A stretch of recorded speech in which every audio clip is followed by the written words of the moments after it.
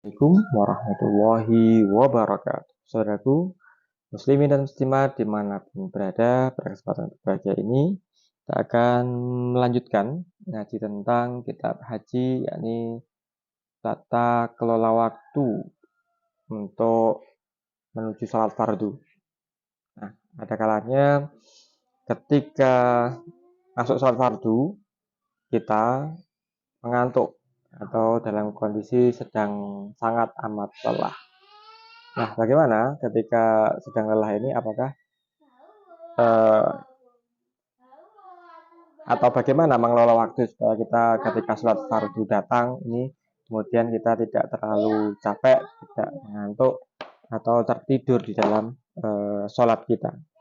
Ya, muslimin yang berbahagia dimanapun berada, inilah sebuah riwayat hadis Nabi Muhammad SAW bagaimana mengelola waktu sehingga kita tidak mengantuk ketika datang waktu ibadah sholat fardu. Bismillahirrahmanirrahim. Sebuah riwayat hadis dari Sayyidah Aisyah radhiyallahu anha, anna Rasulullah sallallahu alaihi wasallam qala idza na'asa ahadukum wa huwa yusalli falyarfud hatta yadhhab anhu an-naum fa inna ahadukum idza shalla wa huwa na'is la yadri la'allahu yastaghfiru fayasubbu nafsah. Diriwayatkan dari Sayyidah Aisyah radhiyallahu anha, jika salah seorang dari kalian, Rasulullah SAW bersabda, jika salah seorang dari kalian mengantuk saat sholat, hendaklah ia tidur hingga hilang kantuknya. Mengantuk saat sholat, hendaklah ia tidur hingga hilang kantuknya. Sungguhnya jika seorang dari kalian sholat dalam keadaan mengantuk, ia tidak sadar, barangkali ia menyangka dirinya beristighfar, mohon ampun pada Allah, padahal ternyata dia sedang mencaci dirinya sendiri. Ya, saudaraku muslimin di mana berada, pesan dari hadis ini yang pertama, jika kita mengantuk ketika sedang sholat, hendaklah beristirahat dan tidur sejenak. Terus ini yang saya pahami dalam kalimat sini adalah ketika ngantuk dalam sholat, maka kita tidur dulu. Begitu. Setelah kita merasa cukup dan rasa kantuk hilang, maka berwudu dan kerjakan sholat.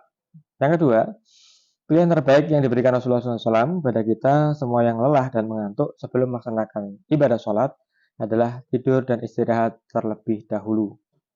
Kemudian setelah cukup istirahatnya baru mengambil wudhu dan mengerjakan sholat. Yang ketiga, inilah sunnah Rasulullah SAW seperti apa yang diteladankan Nabi dan Rasul Allah Subhanahu wa Ta'ala. Dan meriwayat hadis bahwasanya sholat tahajud adalah sholat sunnah bagi kita. Namun satu kewajiban atas mereka para nabi dan utusan Allah Subhanahu wa Ta'ala di setiap sepertiga malam, di saat sebelum datang waktu sholat subuh atau sholat fajar. Inilah kebiasaan beliau Rasulullah SAW. Beliau Rasulullah SAW istirahat atau mendatangi istri beliau di seperenam malam, seperenam waktu malam atau sekitar jam 3-4 dini hari untuk menjaga kondisi tubuh dan menghilangkan lelah dan mengantuk.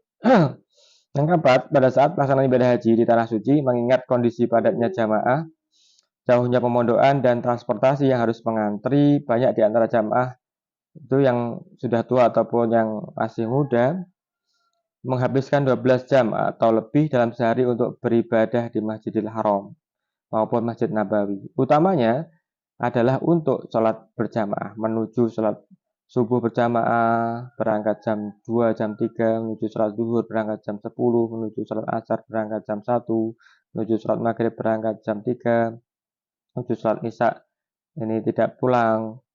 Ini kemudian jangan sampai ini menjadi kelelahan dan justru tertidur ketika menu utama atau sholat fardu ini telah datang.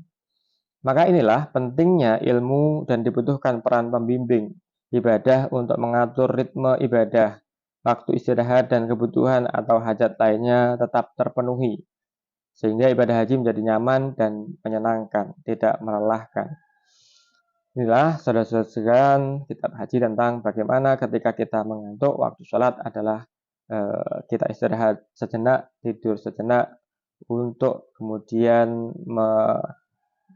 memulihkan energi, memulihkan kesadaran kita sehingga ketika sholat ini tidak dalam keadaan tidak sadar atau tidur.